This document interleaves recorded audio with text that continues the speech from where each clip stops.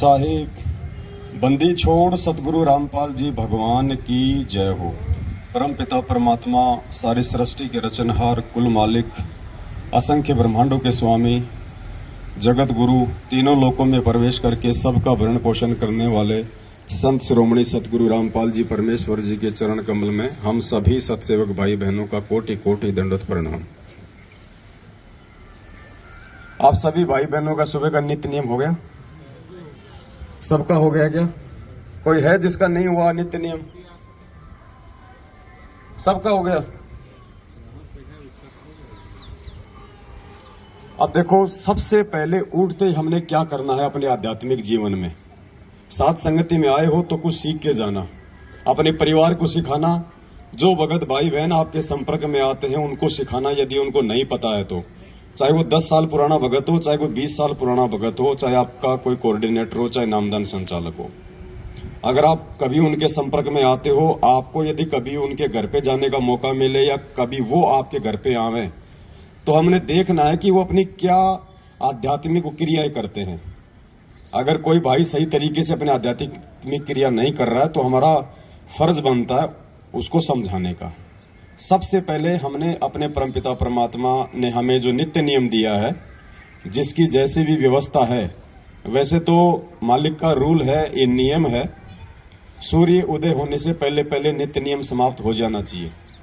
उसके बाद ये दुनिया का भार घोड़ा, ये हाय हाय, ये भागा दौड़, वातावरण में इतना ज़्यादा प्रदूषण, लोगों का शोर शराबा, लोगों के कुशब्द इतने ज़्यादा हो जाते हैं, फिर वातावरण बहुत ज़्यादा भारी हो जाता है। आप देखते हैं ये काड़ लोग की भक्ति में फिक्स 5 बजे लोगों के घंटे बज जाते हैं, फिक्स 5 बजे। ये तो पूर्ण परमात्मा की भक्ति है, ये तो पूरा नियम और विधिवत होनी चाहिए। समय परमात्मा ने हमें बताया हुआ ना, तीनों समय की आरती का।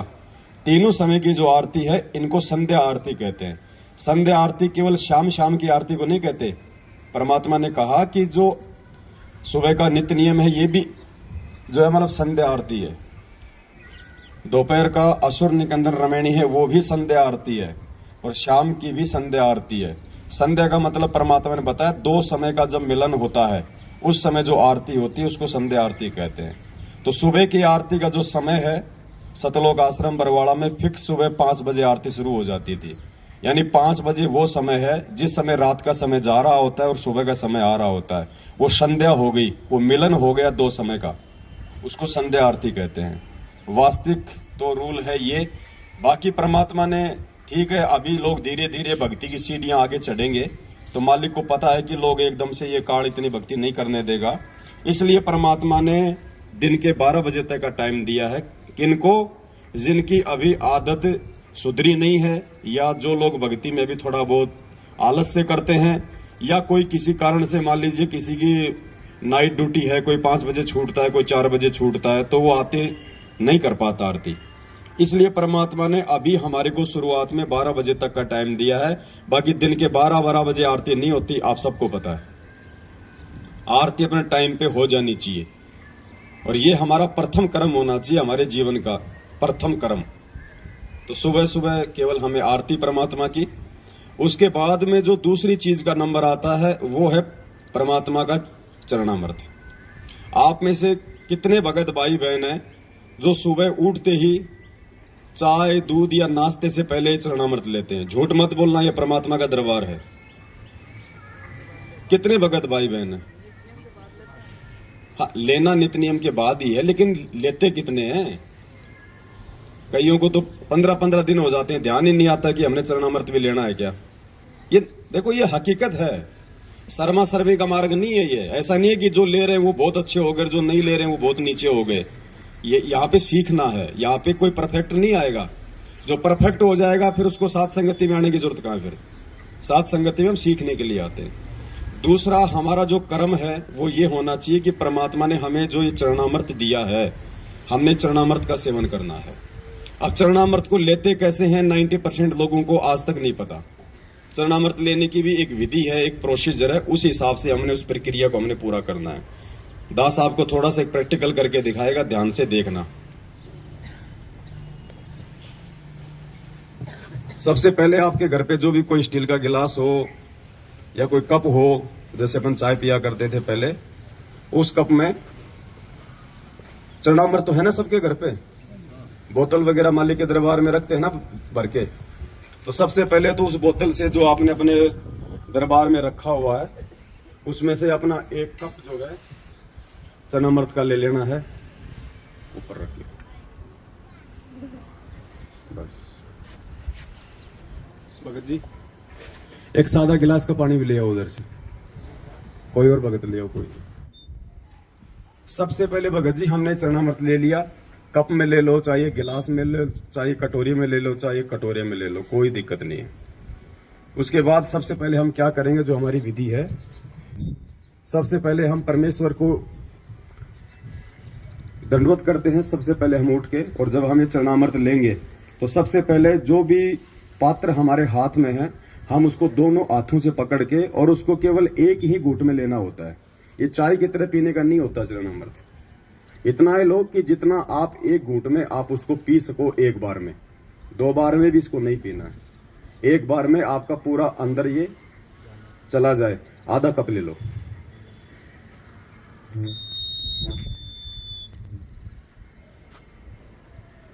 उसके बाद में सादा जल लो, थोड़ा सा इसमें डालो और इसको साफ करना है। बस थोड़ा इसको हिला के ना वो ले लो। अगर स्टील का गिलास है ये, तो आपने स्वयं इसको अपने हाथों से साफ करना है। ये नहीं कि आपने लेके चरणामृत छोड़ दिया, फिर आपकी बेटी धो रही है, आपका बेटा धो रहा है, आपकी माँ धो रही है, आपकी पत्नी धो रही है। नहीं, ये चरणामृत है, ये नियम है। आप कोई सेठ नहीं है, कोई शाहूकार नहीं, आप कोई अनिल अंबानी नहीं है, आप एक भगत है। ये चरणामृत जो आपने लिया है ये आपने स्वयं ही धो के साफ करके वापस रखना होता है। डिस्पोजल में चरणामृत नहीं लेना चाहिए, क्योंकि जब हम इसको फेंकेंगे तो वो अंश जो है मतलब साथ में जाएगा। तो कोशिश करें भाई, जैसे कोई चीनी मिट्टी का बर्तन हो, कोई स्टील का हो, कोई भी जो पात्र होता है जिसको अपन धो सके, उसमें हमने चरणामृत लेना है। उसके बाद हमने परमात्मा को दंडवत करना है, और दंडवत करके फिर हमने साइड में हटना।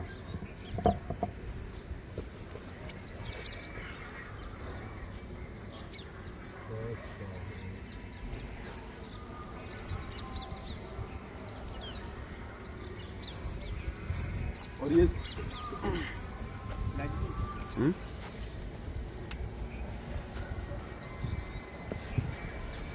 और ये जो दंडवत है ना, इतना समझाने के बाद भी काफी संख्या में भाई बहनों को दंडवत भी ढंग से करना नहीं आता है, या फिर वो जानबूझ के नहीं करते, पता नहीं कौन सी उनकी वो ट्रेन छूट रही होती है।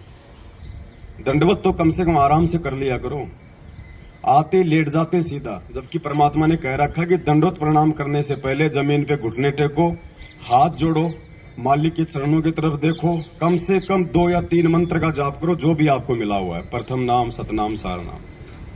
आराम से शांति से नीचे घुटने टेक के पहले मालिक की तरफ देखो, अच्छे से परमात्मा के चरणों के दर्शन करो, 2 या 3 मंत्र का जाप करो, कोई जल्दबाजी नहीं है, ट्रेन नहीं छूट रही। उसके बाद फिर दंडवत प्रणाम करो सीधे बिल्कुल।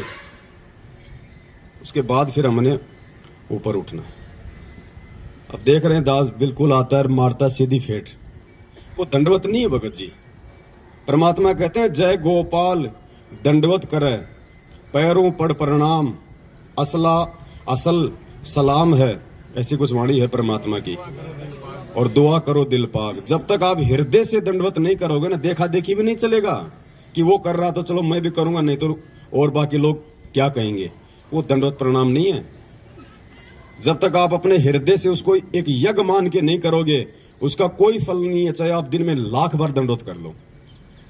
परमात्मा ने तो कह दिया कि अष्ट अंग से दंडवत प्रणामा, संध्या प्रात करे निष्कामा।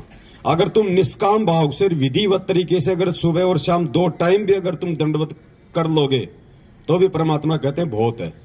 50 बार लेटने की आवश्यकता नहीं है, कोई दिखावे का मार्ग नहीं है ये।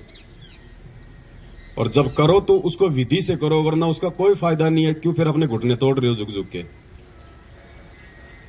तो यदि आज से पहले कोई भाई यदि चरणामृत नहीं लेता है, या लेता भी है तो वो विधिवत नहीं लेता है, तो भाई ये चीजें ध्यान रख लेना। और कोई भाई ऐसा हो जिसको नहीं पता है इन बातों का, तो फिर हमारी जिम्मेदारी बनती है हम उनको ये चीजें हम समझाएं। और उसके बाद जो भी आपके घर में प्रसाद रूप में जो भी चीज आप रखते हो, कोई मिश्री या खांड या फिर वो मखाने वगैरह, वो भी आप जिस चरणामृत के बाद में भी ले सकते हो, या जैसे आपका नित्य नियम समाप्त हुआ उसके बाद थोड़ा थोड़ा सभी को बांट दो, जो भी आपके उपदेशी है।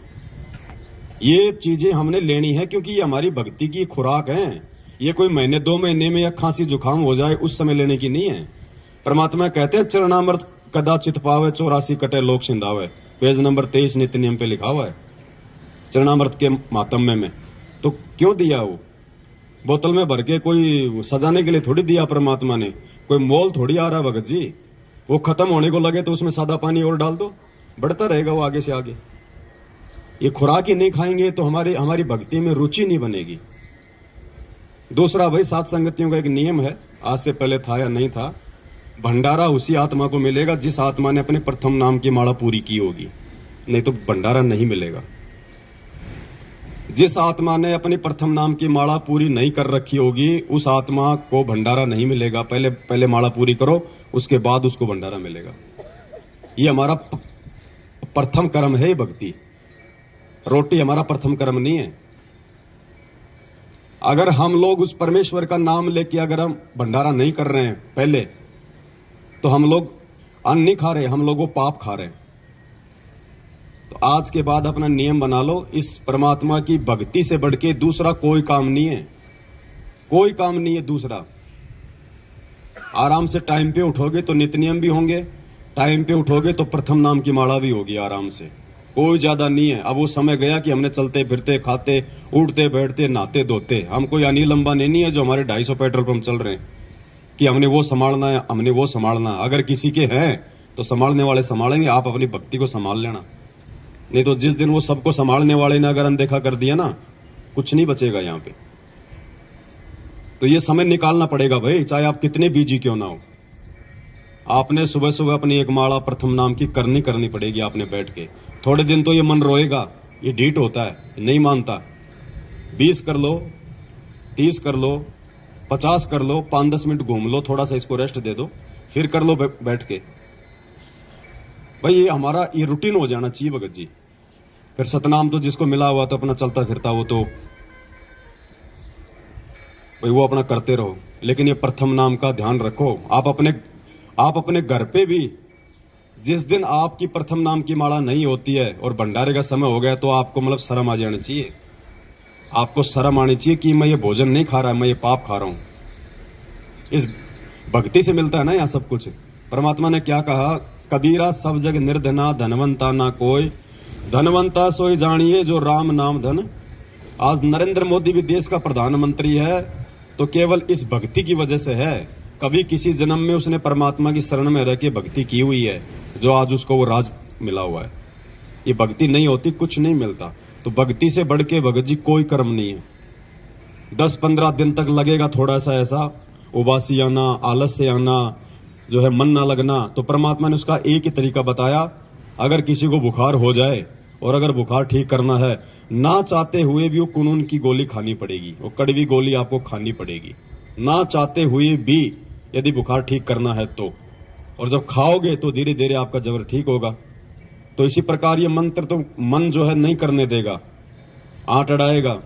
लेकिन परमात्मा कहते हैं जब तुम एक बार 20-30 मन मार के तुम एक बार मंत्र करोगे ना, उसके बाद फिर ये शांत हो जाएगा। फिर ऑटोमेटिक फिर आपका मन लगेगा उन्हीं मंत्रों में, उसी माला में। फिर आपका जब आप 20-30 मंत्र कर लोगे ना, उसके बाद फिर ये थोड़ा थोड़ा ठंडा पड़ जाएगा मन, और फिर आप चाहोगे कि अब मुझे कोई छेड़े नहीं, मैं पूरी माला करूं। इतना आपको आनंद आएगा फिर।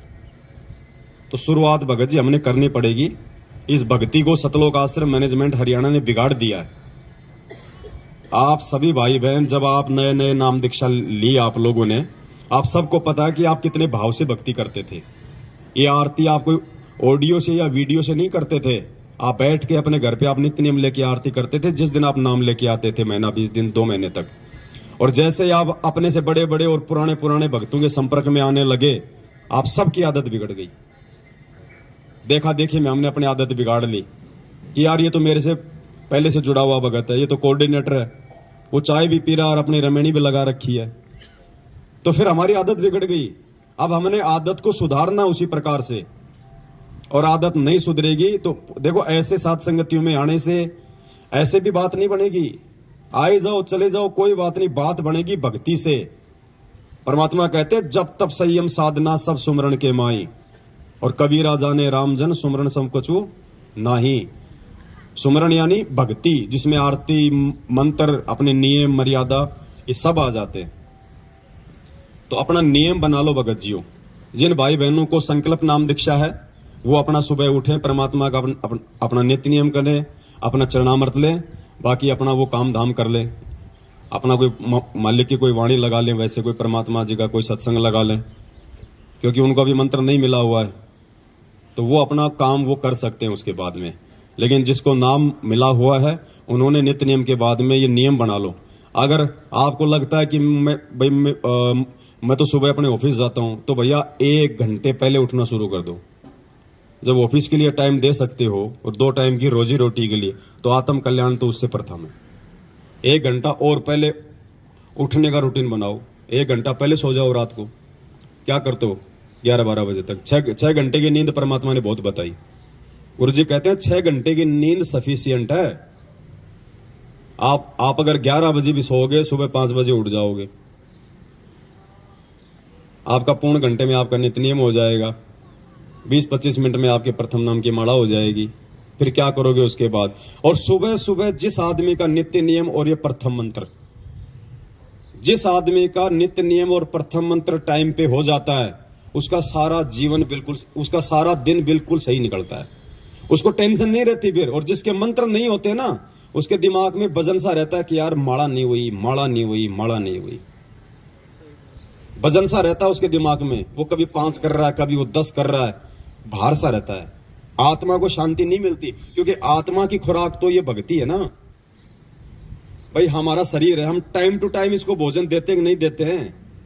अभी चाय दूध पानी नहीं आ रहा तो सबके अंदर ये चल रहा है कि यार कुछ आए नहीं, कुछ आए नहीं। क्यों? क्योंकि हमने मन को आदत डाल दी, और मन की खुराक वो ही है। तो भाई आत्मा की भी तो कोई खुराक बताई परमात्मा ने, भक्ति। आत्मा की कोई शुद्धि नहीं है, चाहे 3 दिन मंत्र मत करो, हमें कोई फर्क ही नहीं पड़ रहा है। इसका मतलब क्या है? इसका मतलब होता है कि हम नाम से दूर है, हमारा कनेक्शन आउट है। अगर मंत्र करने की इच्छा नहीं हो रही है, नित्य नियम करने की इच्छा नहीं हो रही है, तो कहीं ना कहीं आपका जो कनेक्शन है वो टूटने की तरफ है। उसका तरीका यही है, परमात्मा से दंडवत करके क्षमा याचना मांग के कि परमात्मा सद्बुद्धि दो। आज से पहले जाने अनजाने में जो हुआ सो हुआ, मालिक आज से पहले हमें नहीं पता था, लेकिन आगे अब हम ध्यान रखेंगे। साध संगतियों में आओ तो भगत जी पूरे भगत बन जाओ। अब हर प्रकार से, हर क्रिया के आधार से भक्ति को ज्यादा महत्व देना है हमने। अगर भक्ति को महत्व देंगे तो हमारे काम धंधे को परमात्मा ऑटोमेटिक महत्व दे देगा। हमारी सोच से, हमारी समझ से, हमारे 3-2-5 करने से हमारा धंधा भी ठीक ठाक नहीं चलेगा। ध्यान रखियो, ये धंधा भी परमात्मा की भक्ति से ही चलेगा। मालिक ने कहा कि भाई तुम 3 दिन के लिए आते हो तुम इस सत्संग में, तो 3 दिन के लिए तुम लोग जीवित मर जाओ। तुम छोड़ दो पीछे तुम्हारा क्या धंधा है क्या नहीं है। जो बिगड़ता है उसको बिगड़ने दो। अगर बिगड़ भी गया तो जाके संभाल लेंगे, और अगर परमानेंट अगर टिकट कट गई तो कौन संभालेगा उसको? और फिर गुरुजी ने कहा कि जो भगवान के लिए 2 कदम आगे बढ़ते हैं, परमात्मा उनके काम बनाता है, बिगाड़ता नहीं है। तो ये विश्वास ऐसे हमारे अंदर धीरे धीरे भक्ति को लेके होगा पैदा। तो पहले हम मैनेजमेंट की कुसंगति में पड़ के, और हम लोगों ने अपनी बनी बनाई भक्ति को बिगाड़ लिया। अब हम साथ संगति में आके, सुसंगति में आके, अब हम अपनी उन्हीं क्रियाओं को वापस ठीक करेंगे तो परमात्मा हमारे नजदीक आएगा। और नजदीक आ गया परमात्मा तो फिर कमी किस चीज की रहेगी भाई? तो आज से पहले जो आदमी जैसे भी अपनी क्रिया, जो भगत भाई बहन जो भी कर रहा था, अब परमात्मा की दया से अपनी क्रियाओं को मालिक को दंडोत करके हमने सुचारू करना है, ठीक करना। भगत जी आरती का टाइम अपना बिल्कुल जैसे 12 बजे तो हमारे को ध्यान होना चाहिए। कर लो 12 से 2 के बीच में आरती, परमात्मा दया करें। दास भी आज के बाद में प्रयास करेगा 12 से 2 के बीच में अपने दोपहर की आरती हो जाए, शाम की संध्या आरती अपना सूर्य अस्त होते हो जाए। तो थोड़ा शेड्यूल बनाओ भक्ति का। हमने चाय का शेड्यूल बना रखा ना, सुबह 6 बजे चाय बनेगी तो बनेगी, शाम को 5 बजे चाय बनेगी तो बनेगी। आज से पहले हमारे शेड्यूल बने हुए थे ना, ये खाना खाने का टाइम है ना, ऑटोमेटिक हाथ पैर अपने आप काम करने लग जाते हैं। माता बहन ऑटोमेटिक रसोई की तरफ भाग लेती है, उनको पता है कि भाई टाइम हो गया खाने का। भाई भक्ति का भी तो कोई टाइम है, या सारा जिंदगी ऐसे गटर में बैठ के मंत्र जाप करते रहोगे? इसका भी टाइम है। ये परमात्मा ने हमें जो छूट दी है ना, ये छूट परमात्मा ने विशेष परिस्थितियों में दी है, विशेष परिस्थितियों में छूट दी है। इसको रोजाना लागू करने के लिए छूट नहीं है। ये हम दोषी हो रहे हैं हम उस परमात्मा के। तो कोशिश करो आज के बाद में, और जब हम इस राह पे हम चलेंगे तो हमारे बच्चे उस राह पे चलेंगे। बच्चे क्या करेंगे? बच्चे जो होते हैं भगत जी, वो माँ बाप से ज्यादा सीखते हैं। जैसा उनसे बड़े जो क्रिया करते हैं ना, वो क्रिया को देख के ज्यादा सीखते हैं बच्चे। तो बच्चे ऑटोमेटिक आ जाएंगे धीरे धीरे लाइन पे। और फिर दूसरा कोई भगत हमारे घर पे आएगा और हमारे भक्ति के शेड्यूल को जब वो देखेगा, और अगर वो नहीं कर रहा है टाइम पे, तो उसको भी शर्म आने लग जाएगी। तो उसका प्रतिफल किसको मिलेगा? उस भगत को सुधारने का आपको देगा परमात्मा। चाहे कोई कितना ही प्यारा क्यों ना हो, कितना अच्छा रिश्तेदार क्यों ना हो, कितना ही बड़ा भगत क्यों ना हो।